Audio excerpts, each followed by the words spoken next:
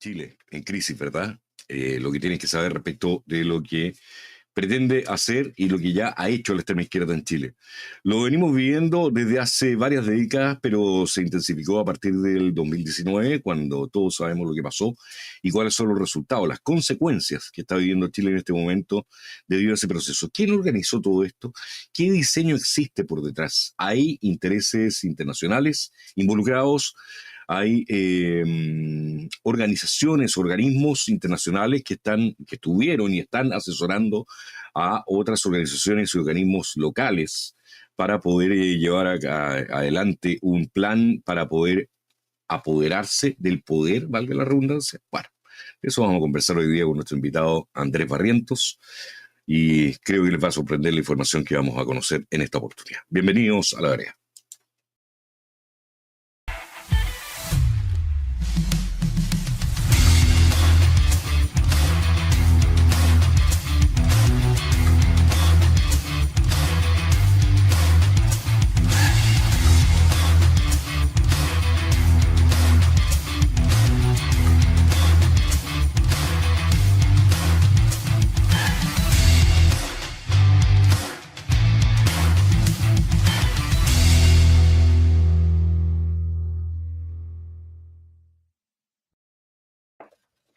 Don Andrés Barrientos, ¿cómo estás? Muy Hola bienvenido. Sebastián, muchas gracias por la invitación y un gusto estar en tu canal nuevamente.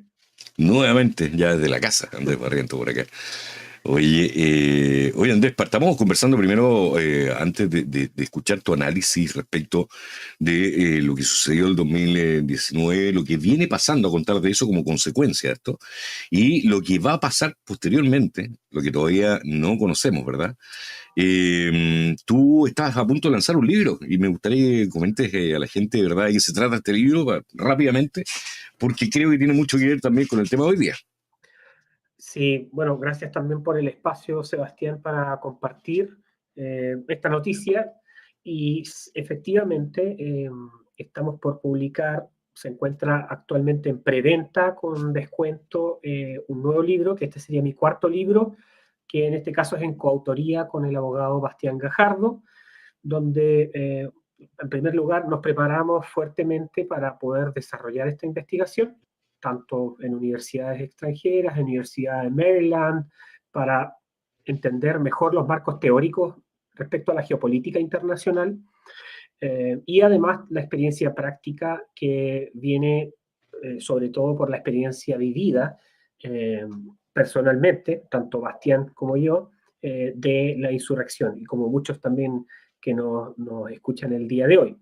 Y bajo esas dos áreas, primero del desarrollo teórico, intelectual, y la visión práctica, fuimos desarrollando esta investigación que nos tomó cerca de 2 años y medio para poder dosificar y concentrar la información que entendemos que es relevante de velar respecto a los procesos insurreccionales que estamos viviendo en el mundo occidental y que se les llaman estallidos, justicia social, etcétera. Entonces, todos estos adjetivos que van tomando por la prensa hegemónica, obviamente a veces desnaturalizan la naturaleza real, valga la redundancia, del fenómeno y también la comprensión para escenarios futuros. Entonces, ese es el ejercicio que nosotros hacemos en este libro llamado, lo voy a mostrar acá, Proceso Insurreccional, Asedio a las Democracias Liberales. Y aquí pueden ver una portada muy bonita que hicieron de nuestros amigos de Entre Zorros y Erizos, que es la editorial que sacó el libro G3 de Crespo. Y también acá pueden ver algunos de los teóricos intelectuales y un capucha también que sale acá, que si bien no es teórico intelectual, es uno de los tantos agentes de las revueltas y de los procesos insurreccionales y de agresión a la democracia.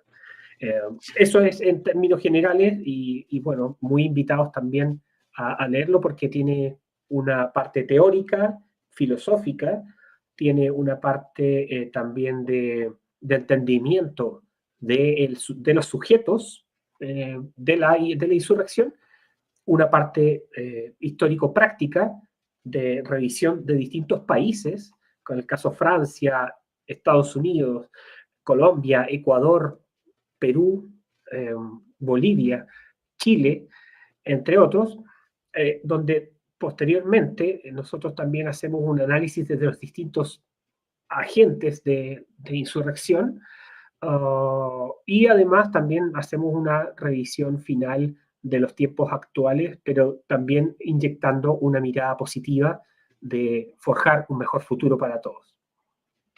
Muy bien, mira, abajo en la descripción del video acabo de colocar el link para la preventa en Librería Antártica. Para quienes estén interesados en adquirir este libro, creo que va a ser un material bastante interesante de tener, leer y divulgar también, porque se explica en este libro, creo, con bastante profundidad, los motivos, el cómo se hace, el cómo se hizo y cómo se va a hacer también esta insurrección por parte de esta gente. Mira, hemos vivido consecuencias en nuestro querido Chile durante los últimos años, durante los últimos 5 años a partir de octubre del 2019, que son lapidarias en cuanto a la economía, el orden social, la seguridad, la educación, la salud, la institucionalidad en general, ¿verdad? La política, etcétera. Todo hoy día está tambaleando en base a algo que se gestó el 2019. Sin embargo, a pesar de las claras muestras que estamos viviendo como chilenos acerca de que no estamos viviendo en un país normal en este momento, que no tenemos una institucionalidad normal, que las cosas no están funcionando como nosotros, como ciudadanos, queremos que funcionen, ¿verdad? Porque los políticos no están haciendo su pega en ese aspecto, o sí la están haciendo, pero en el sentido que solamente ellos entienden por ahora para ellos, ¿verdad? Tenemos alzas de las cuentas de la luz que son monstruosas, gigantescas, nunca antes vistas. Tenemos una inflación que según Marcel está en el 3,6% proyectada para este año, siendo que la verdad es que si tú comparas cualquier producto, no me voy a ir a los más exagerados, no voy a tomar el litro de aceite de oliva, ponte tú, pero tomemos el litro de aceite normal, que tú comprabas 990 pesos hace 5 años atrás, y hoy día está a 3.000 y tanto, ¿verdad? O el kilo de azúcar, o el kilo de pan, o un huevo, o lo que tú quieras, el producto que tú quieras. Es la inflación que ellos han entregado, no es cierta, y así todo, el 2019 se levantaron por 30 pesos, supuestamente. Supuestamente 30 pesos gatillaron todo lo que conocemos y todos los resultados que tenemos hoy día, con las consecuencias gravísimas para el país. Hoy día no hay ni una sola protesta, no hay nada, absolutamente nada. Nadie protesta, nadie alega, nadie alerta, nadie dice nada, y tienen tranquilito a Gabriel Boric y a la extrema izquierda instalado en el gobierno, sin que nadie les toque un pelo, y tampoco en el Congreso, ¿verdad?, que no están dispuestos, a pesar de todo lo que ha pasado, a pesar de, por ejemplo, lo que hemos conocido esta última semana respecto al caso Monsalve, el encubrimiento del propio Gabriel Boric a este caso de la propia ministra Toá, ¿verdad?, la ministra del Interior, que era la jefa directa de Manuel Monsalve, y el Congreso tampoco se mueve. Es decir, declaraciones ahí en Twitter, pero nada más. Cuando existen las herramientas como para poder hacer cosas aquí y cambiar la realidad país. Pero no está pasando nada. ¿Cuál es tu visión acerca de todo esto, Andrés? Yo te voy a entregar la pantalla completa porque la verdad es que te planteé la historia de los últimos 5 años, completa.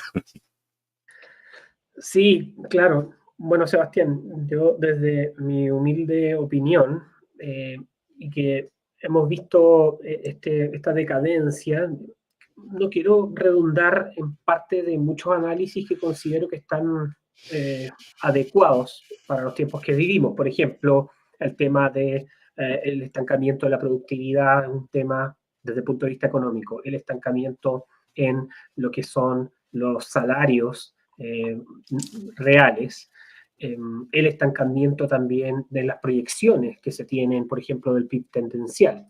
Para quienes nos ven, el PIB tendencial es la capacidad productiva ante la ausencia de shocks económicos, o también cuando estos insumos productivos se usan a capacidad normal. Y este PIB tendencial que se presenta también usualmente en los informes del Banco Central o a través de la DIPRES, efectivamente señala el Banco Central de que al 2035 no superaríamos el 2%, es decir, 1,8 promedio, y eso también es una noticia pésima, porque recientemente ya nos superó, según el FMI, en PIB per cápita, en Uruguay. Entonces ya nos desplazó otro país más, ya detrás de Costa Rica y detrás de Panamá, ahora viene Uruguay que nos supera.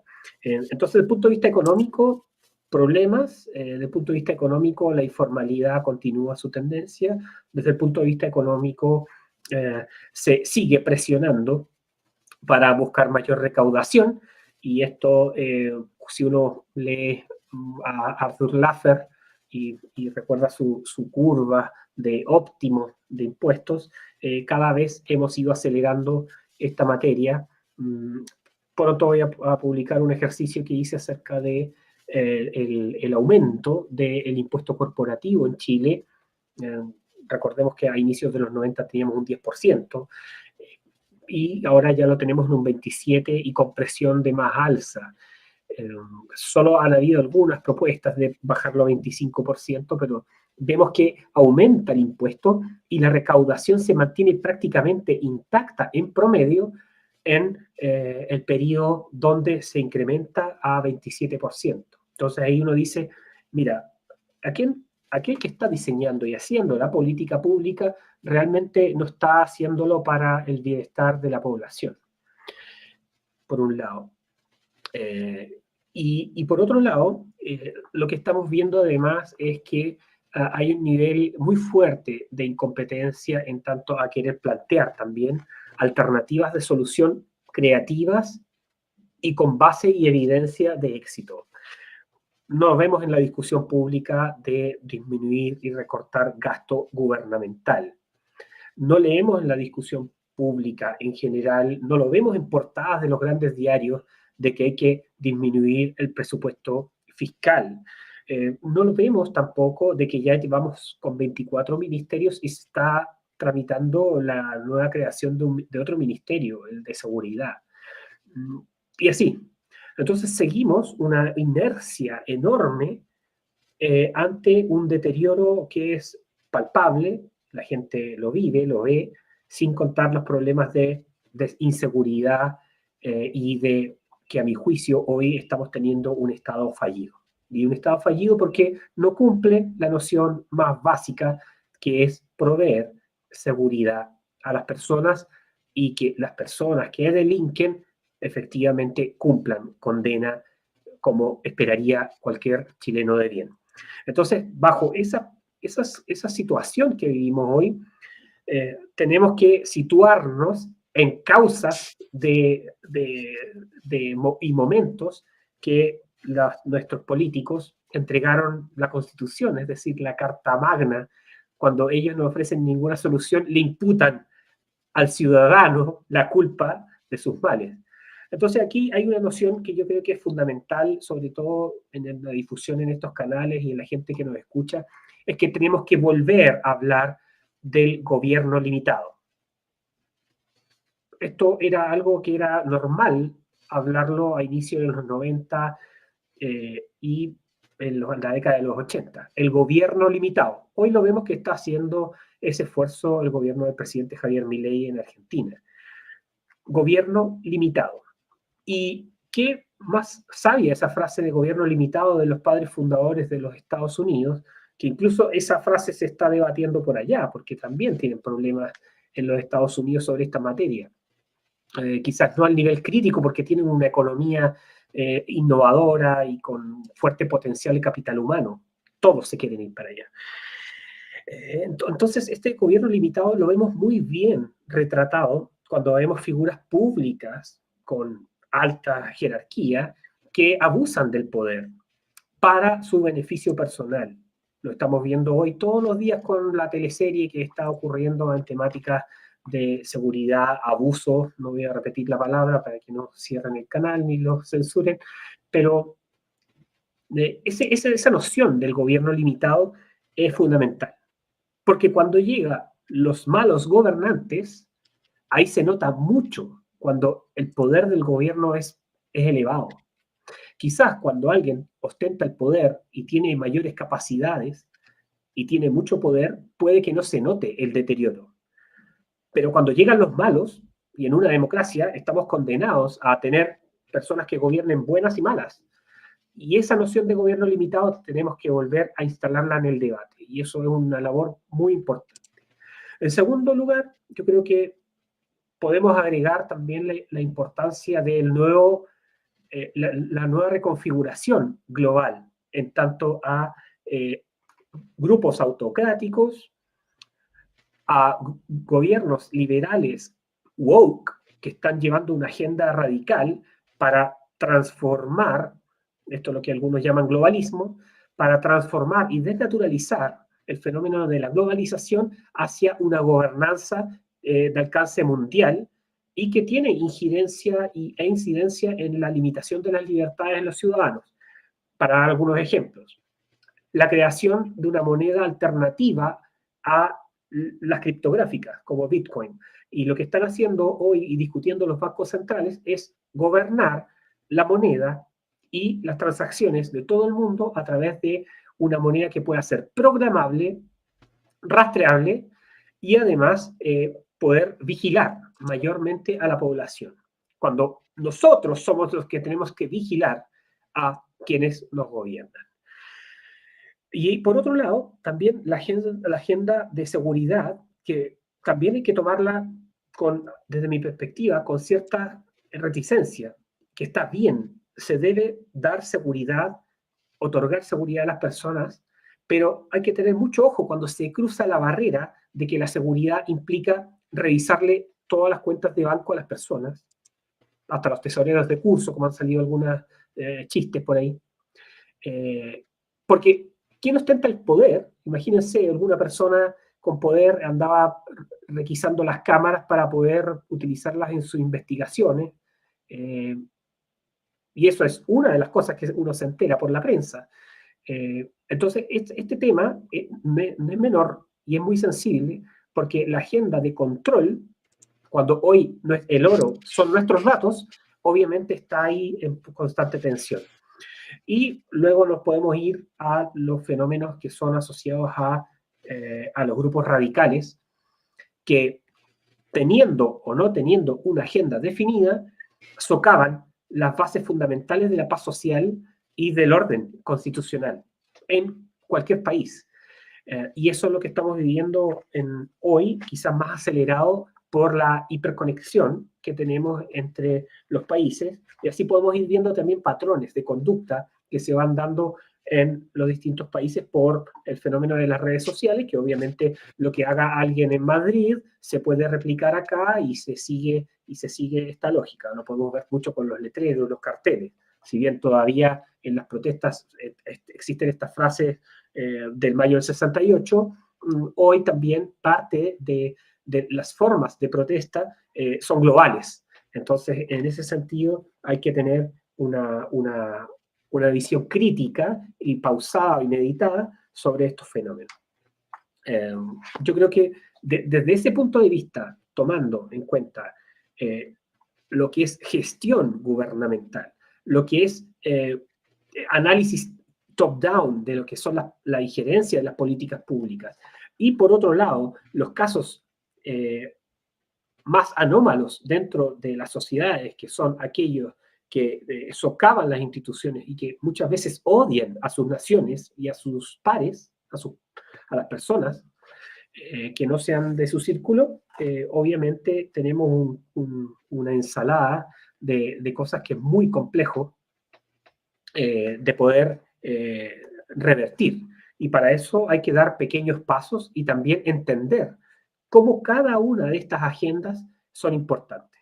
Y ahora, volviendo un poquito a lo que es el libro, nosotros tenemos algunos análisis que vienen siendo la muestra contraria al mainstream que se viene dando dentro de la política. En primer lugar, hemos visto que se está analizando de forma crítica las políticas de género. Tenemos a Pablo Muñoz Iturrieta con sus análisis y sus documentos que ha presentado prácticamente en todo el continente. Tenemos también los análisis respecto a la radicalidad del feminismo, que lo vino a hacer también Nicolás en su momento junto a Agustín Laje. Ahí se veía pegado, parece la imagen.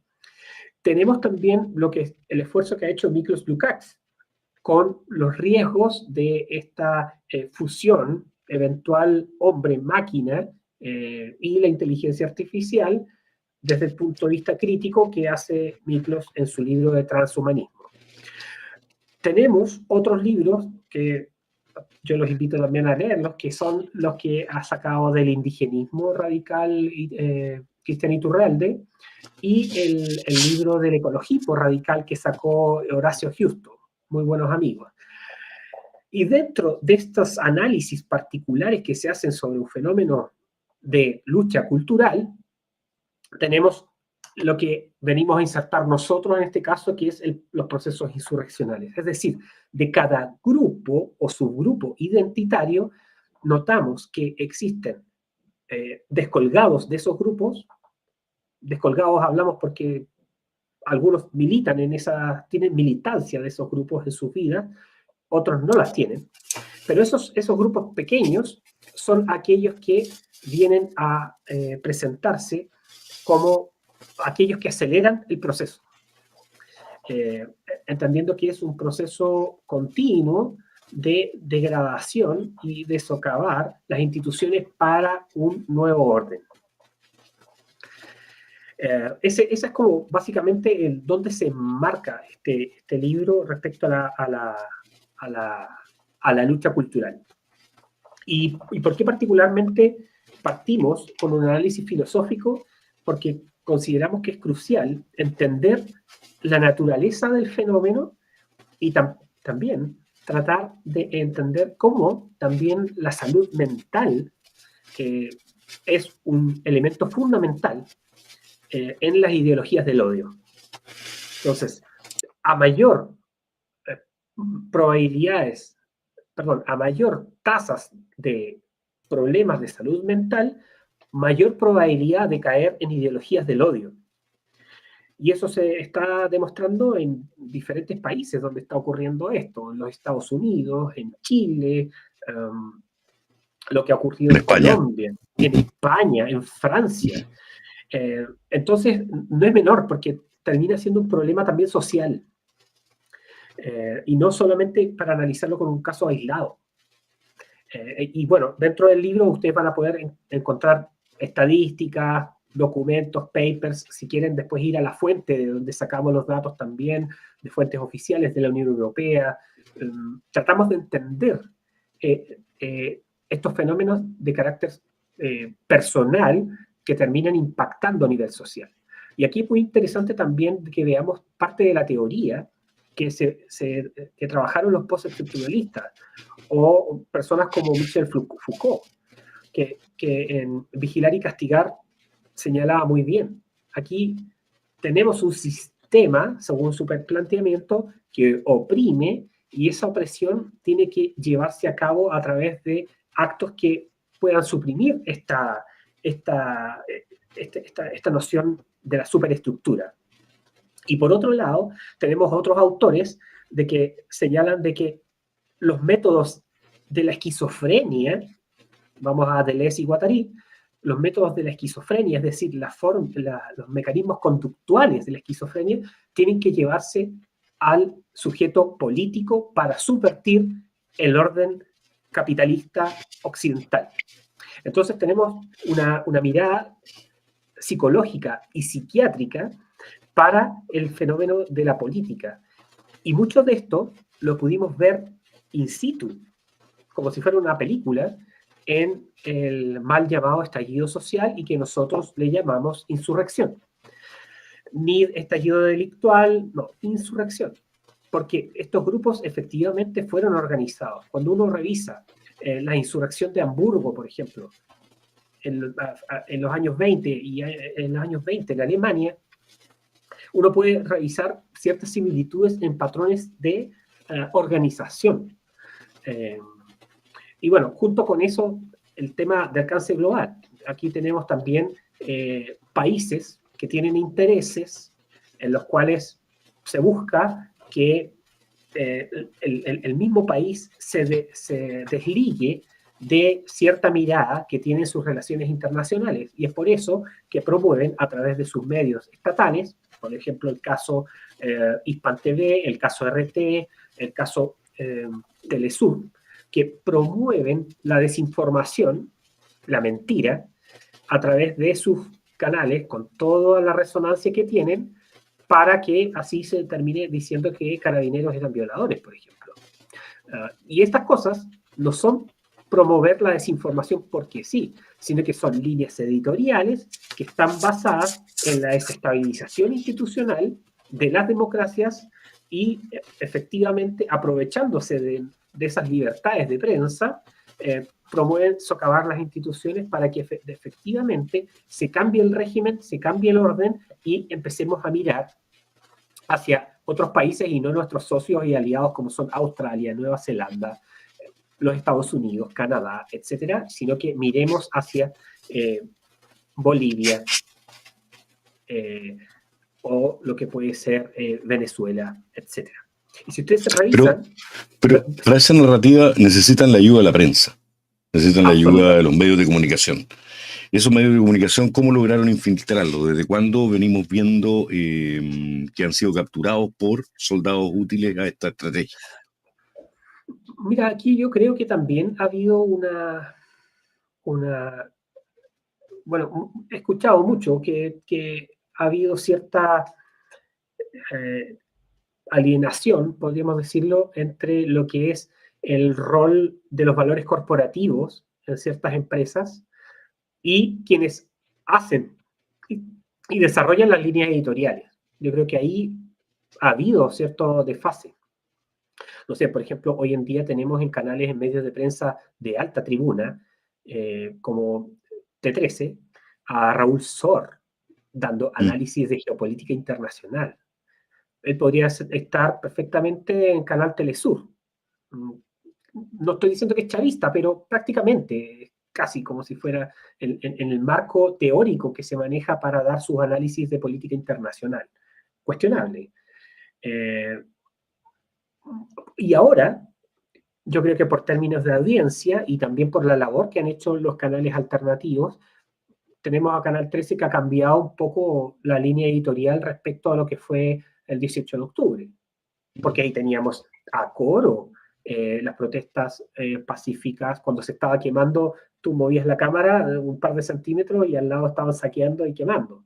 Y claro, cuando yo iba a las manifestaciones, porque fui a ver y catastrar realmente lo que estaba pasando, yo tenía T13 en mi teléfono, obviamente bien escondido para que no me lo roben, y yo veía que estaban saqueando a la vuelta de la esquina, entonces era como, mira, me dicen que aquí está el oasis, que estamos luchando por nuestros sueños, y yo aquí estoy escapando de las piedras de las molotov. Es como esa disociación, obviamente encantó mucho también a los sectores acomodados de la sociedad, en Vitacura, Lo Barnechea, Las Condes, porque nunca vieron esto. A lo más vieron humo a lo lejos, desde sus lofts, muy cómodos por lo demás.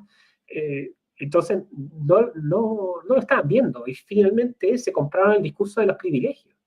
Y eso se retrata perfectamente en un análisis, no un análisis, sino que en una opinión desesperada de la ex primera dama, cuando dice, hoy vamos a tener que romper nuestros privilegios, y es como si fueran los extraterrestres, que lo dice muy natural. Pero eso refleja muy bien cómo la élite entendía el fenómeno que se estaba desarrollando. Y recién hoy, yo diría que después de que ganó el rechazo, el primero, y ya con el segundo ya ahí volvieron a mutar los políticos, empezaron a darse cuenta que parece que la Constitución no era el problema, después de que quisieron matarla nuevamente, hasta los de derechas.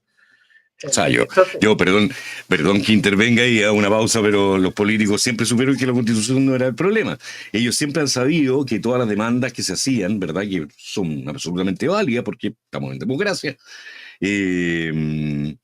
la culpa de que no se estuvieran solucionando esos problemas en el país era precisamente de parte de los políticos que no estaban trabajando para solucionar los problemas para los que fueron contratados.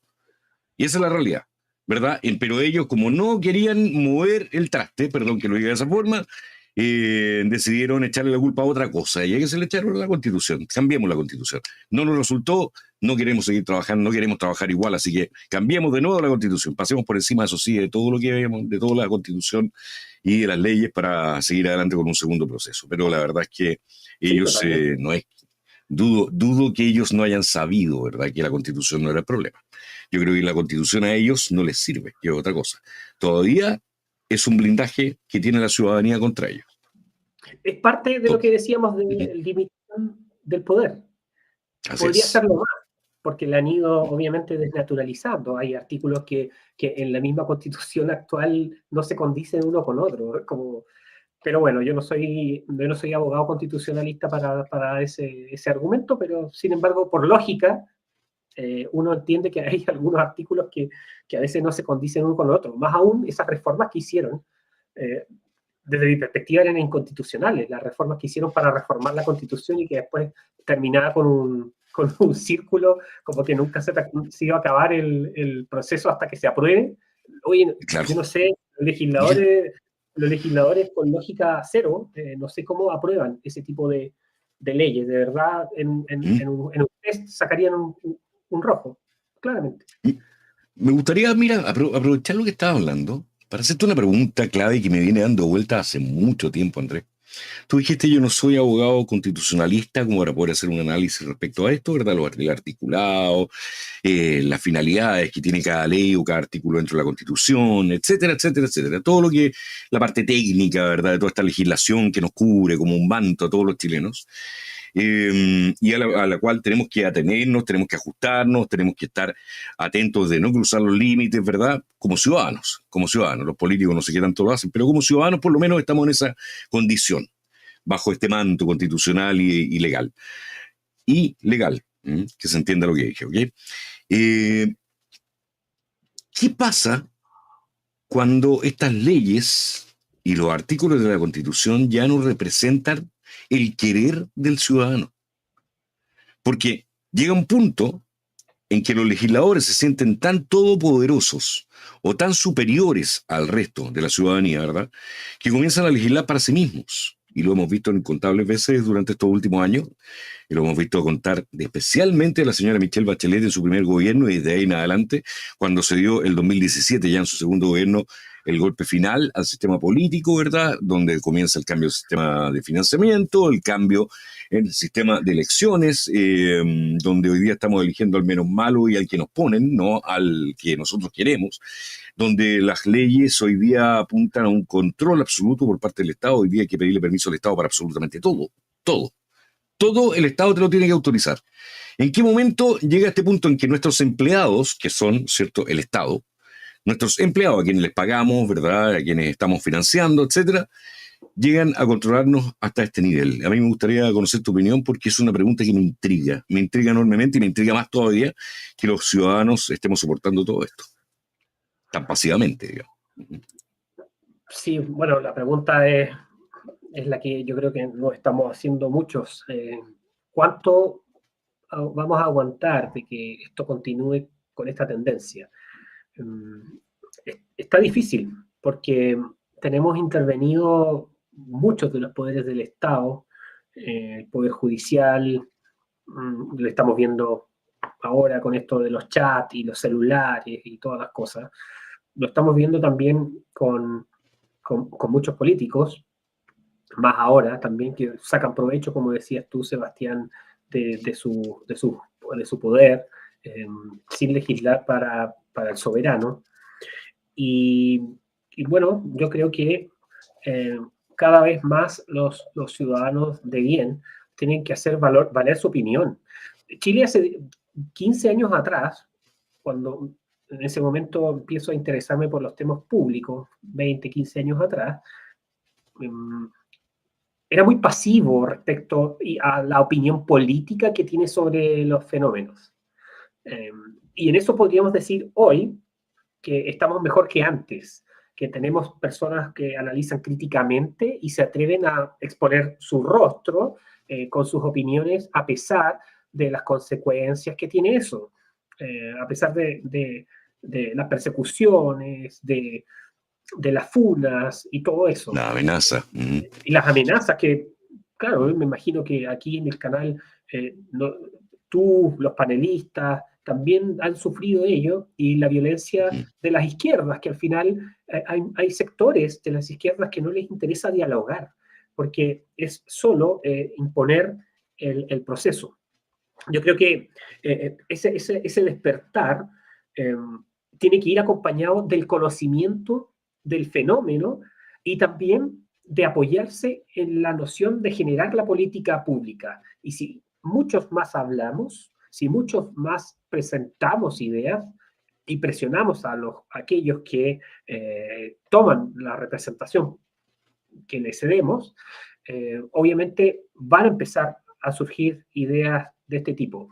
Y por otro lado, y eso es solo del análisis local, pero por otro lado lo estamos viendo a nivel global, la influencia que está teniendo Javier Milei. Hace un par de minutos antes de esta conversación, estaba viendo que siguen desregulando y disminuyendo el aparato burocrático en Argentina.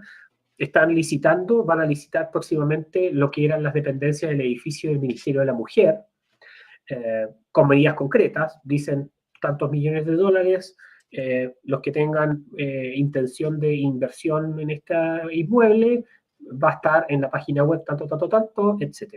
Luego pasan a decir, a mostrar cómo cerca de, si no me equivoco, el 40% de los inscritos en la UBA tenían cursada una materia o cero. Y ahí está la gratuidad universitaria. Entonces la gente empieza a entender de que muchas de las políticas con la bandera de la justicia social no tienen ningún asidero con la realidad en tanto a buscar el mérito, que la persona que es buena se le premie, que aquel que estudia tenga más oportunidades para desarrollarse. Y eso va a ser mejor capital humano, mejor desarrollo para la sociedad, etc. Y en este proceso, que yo creo que va a ser largo aún, en Chile, ese despertar ha sido muy, muy lento. Yo creo que en parte también es por la personalidad tradicional del chileno. Pero de a poco ha ido cambiando esa temática. Y ahí yo tengo una lectura algo un poco más positiva de ello. Sin embargo, veo muy difícil que esto sea cambiado muy próximamente. Veamos lo que les decía el PIB tendencial. Es decir, Chile creciendo como hoy, bajo un 2%, 1,9%. Alcanzaría los siguientes 10 años. Si Chile crece 1,8%, vamos a alcanzar el PIB de España el 2089, cuando llevan una tendencia, como decía José Piñera, con el cohete. Países que eran mucho más pobres que nosotros. Polonia está próximo a ser la primera potencia de la Unión Europea. De hecho, ya tiene el ejército más poderoso prácticamente después de Turquía en la OTAN. Y la industria está cada vez más fuerte, y en términos energéticos, antes de toda la agresión de Rusia a Ucrania, ya habían tendido tuberías con Noruega previendo un escenario futuro. Entonces necesitamos personas que tengan visión estratégica, visión de Estado y también ideas correctas. Y para eso, que hayan ideas correctas, necesitamos al menos tener análisis acabado sobre lo que estamos viviendo. Por ejemplo, no puede ser hoy en día que una persona que raya un patrimonio no tenga sanción. Eso no puede ser. Cuando hoy tenemos más cámaras que nunca en la historia. ¿Qué pasa con eso? Si se están utilizando para algo, o solo se están utilizando para encubrir las fechorías que hacen los que tienen poder. O sea, es una pregunta. O sea, no sé, pero si vamos a hablar de cámara, la última noticia que hay de 2 minutos antes que comenzáramos el programa, ¿verdad? Se descubrió que Manuel Monsalve solicitó retirar todas las imágenes de televigilancia del municipio de Santiago antes de. O sea, ¿para qué se usan? Ya sabemos para qué se usan. No Claro, usan para perseguir al hilo fino solamente, sí, pero jamás a esta alta autoridad. sí. Y bueno, hay un tema que es importante que dice en el chat Miriam Rodríguez, que habla que estamos decreciendo. Y ese es un término que hay que utilizar, porque eh, las personas que hoy ostentan el poder, que principalmente el Frente Amplio, un partido comunista, ellos creen filosóficamente en el decrecimiento. Ellos no creen en el crecimiento económico. De hecho, lo dicen como entre dientes, porque se van a sentar en los mítines con empresarios y que si no hablan de esa palabra, el algoritmo empresarial les va a decir, oye, ¿qué pasa aquí con el crecimiento de la inversión? No, es un tema que le da mucha reticencia. Y si se fijan bien, lean el programa o lean también, son algo más sofisticados, fueron en España, los de Podemos. Ellos escribieron mucho acerca de este tema y el decrecimiento es una vía. Y el decrecimiento era la filosofía instalada en la primera, el segundo texto constitucional del primer proceso constituyente. Hablo del segundo Bueno, porque el primero fue el de sí, Bachelet antes de salir. exactamente. Entendamos el decrecimiento como sinónimo de pobreza, empobrecimiento, ¿ok? Así hay que entenderlo Sí. para las Entonces, naciones. que ¿Mm? no crezcamos es celebración para muchos de ellos, Sí. porque esas son cosas secundarias, no hay que preocuparse de eso. Lo que importa son los derechos sociales y lo que importa son todas las leyes que tienden a deconstruir eh, la igualdad ante la ley. Para eso es clave ellos. Y cuando tú destruyes la igualdad ante la ley, lo que tienes es una proliferación mucho más alta de regulaciones, de abogados que interpretan de una u otra manera las materias. Y lo que dice la evidencia internacional es leyes simples, sistemas regulatorios simples, y eso trae mayor inversión y crecimiento, etc. Y eso no estamos haciendo absolutamente nada. Y lo peor yo diría, Sebastián, es que estamos imitando lo malo de la Unión Europea. ¿Mm? Porque la Unión Europea tiene muchas cosas buenas, pero la Unión Europea hoy se ha transformado en una fusión entre las élites capitalistas de amigos, los crony capitalistas, y el poder político del llamado duopolio, como le llaman muchos, y esas leyes regulatorias que están dejando atrás a Mercedes-Benz, Volkswagen, muchas industrias de automóviles en la Unión Europea, con excesivas regulaciones para la alimentación, para la agricultura en la misma Unión Europea, pero con regulaciones muy bajas para Marruecos, etcétera, están destruyendo su propia industria. Y nosotros, cuando, por ejemplo, ahora firmamos, y ahí están los legisladores de todos los partidos, porque siempre quieren sacarse la fotito con la Unión Europea, aprobaron esta modificación o actualización del acuerdo comercial que viene con nuevas y mayores regulaciones, y obviamente eso es como ponerte una camisa de fuerza para un país en vías de desarrollo. Y eso hay que entenderlo súper bien, porque es un problema. Y por eso Sí. hoy la Unión Europea no es un ejemplo para nada. No es un ejemplo para nada. Hay un informe que salió recientemente de innovación advirtiendo de cómo la Unión Europea se está quedando ya muy atrás respecto a lo que es la innovación en los Estados Unidos o el mismo China en la industria del automóvil. Y obviamente con mayor poder a los burócratas, con mayor regulaciones. Estás matando a la industria. Y eso es lo que estamos replicando acá, lamentablemente. Recientemente se instalaron 800 millones de dólares, invirtió una empresa de litio y ya está produciendo el litio en Argentina, si no me ¿Mm? equivoco, en Salta. Mientras aquí estamos discutiendo las grandes políticas, vamos a hacer política para todo. Eso está muy mal, porque eso habla de que Así falta es. gestión también. Exactamente. Bueno, a ver, ya eso ese es el panorama en economía, ¿verdad? Sí, Y es lo que podemos esperar también, por supuesto. Va a seguir así mientras aquí no haya un cambio radical en las políticas y eso va a costar mucho porque cuando se destruye algo, todos lo sabemos, ¿verdad? Lo que se demora 5 minutos en destruir se había demorado 20 años en construir. Y es más o menos a lo que tenemos que enfrentarnos durante las próximas décadas si logramos instalar gobiernos entre los ciudadanos, ¿verdad? Gobiernos que realmente piensan en Chile, los chilenos, y que estén respondiendo al rol de servidor público que deberán tener, que no es precisamente lo que vemos hoy día los políticos. Andrés, una última pregunta antes de irnos, porque se nos pasó el tiempo. Sí. ¿Cómo ves tú el tema social en Chile a contar del 2026, en caso de que lleguemos a elecciones y entrega el poder por parte de Gabriel Boric el 2026, el 11 de marzo del 2026? Yo creo que por un tema de probabilidades, si eventualmente gana la oposición, vamos a volver a los escenarios de inestabilidad social que tuvimos anteriormente, quizás no con la fuerza y la violencia anterior, pero no descarto que eso pueda ocurrir. ¿Por qué? Porque no tenemos a nadie, prácticamente nadie preso, no sabemos quién quemó el metro, no sabemos quién destruyó nuestra infraestructura crítica, no sabemos cuáles son los grupos que han destruido las líneas ferroviarias, no sabemos cómo están operando el crimen organizado y no sabemos cómo opera el crimen organizado dentro del Congreso, porque lo que estamos viendo hoy también es el crimen organizado en el poder político.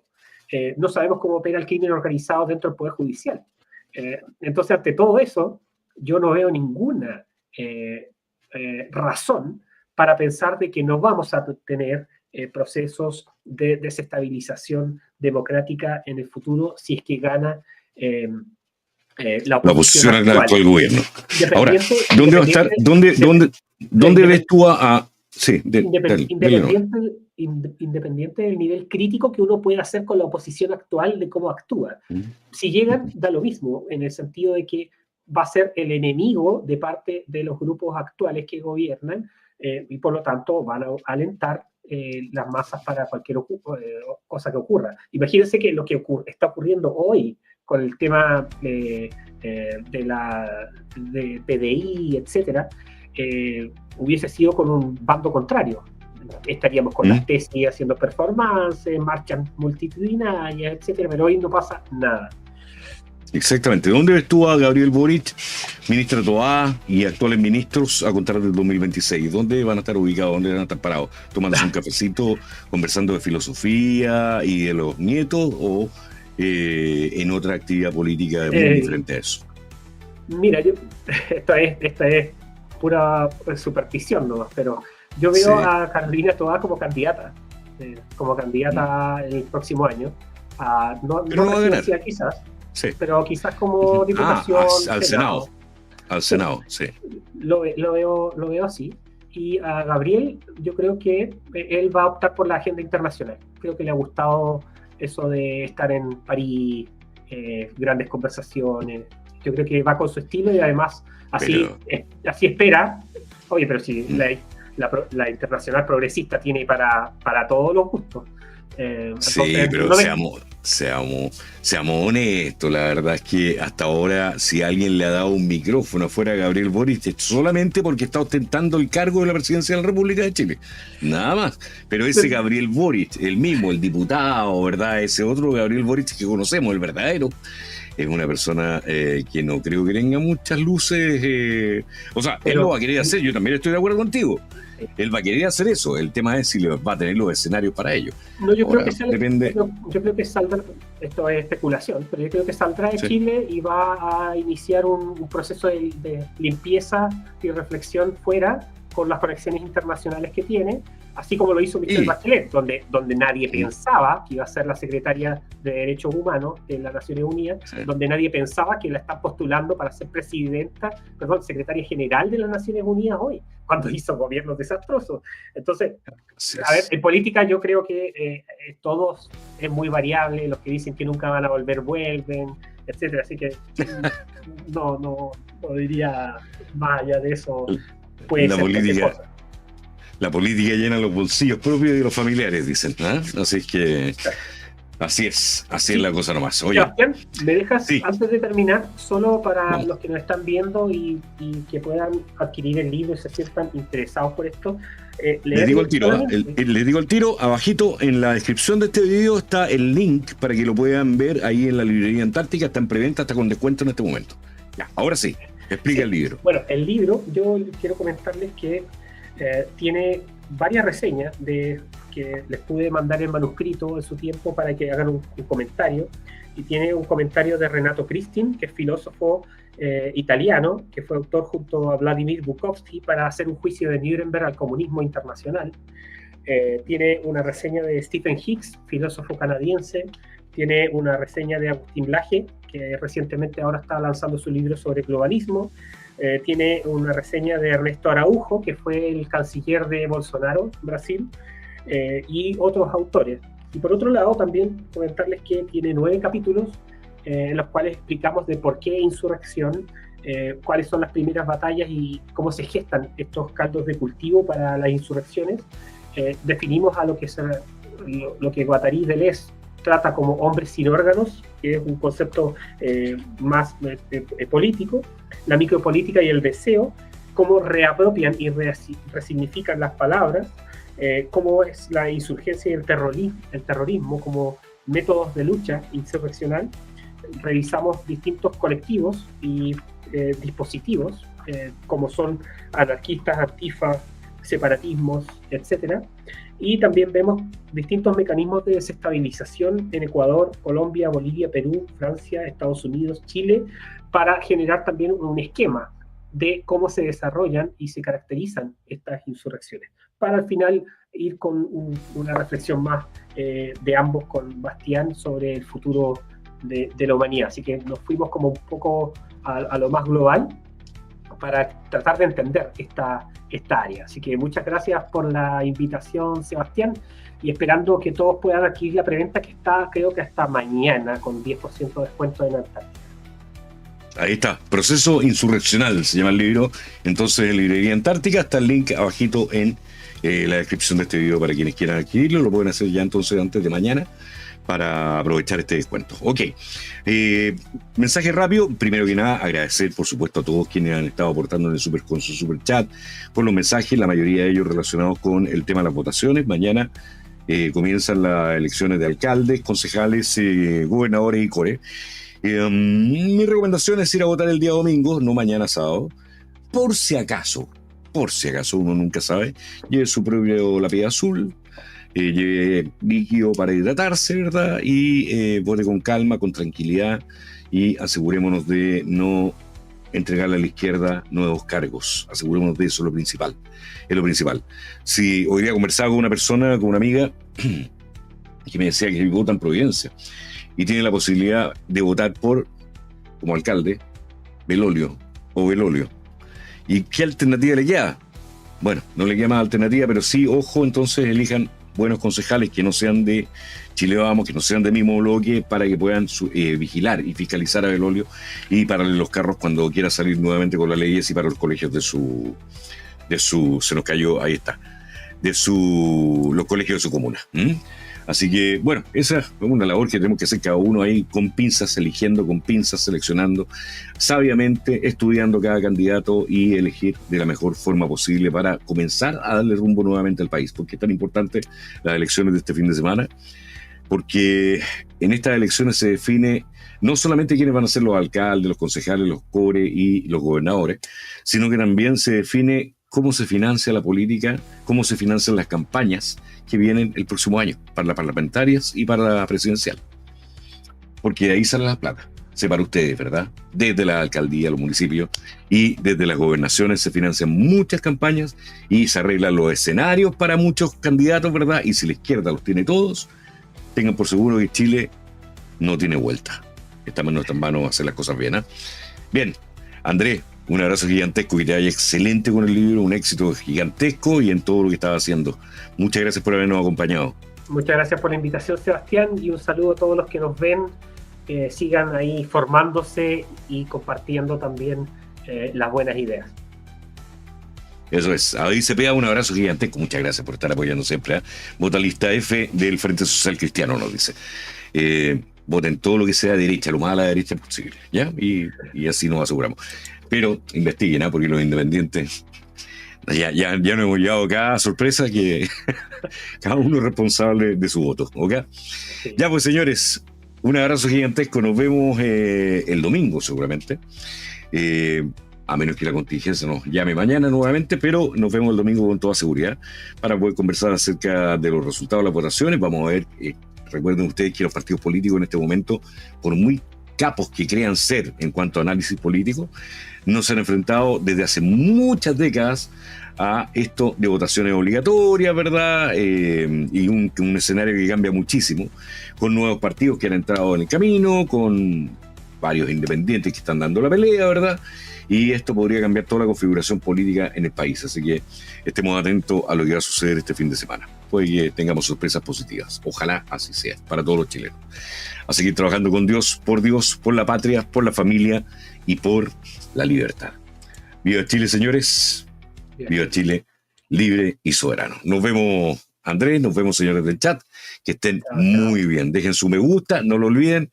Y nos estamos viendo ya el domingo. Chao. Chao.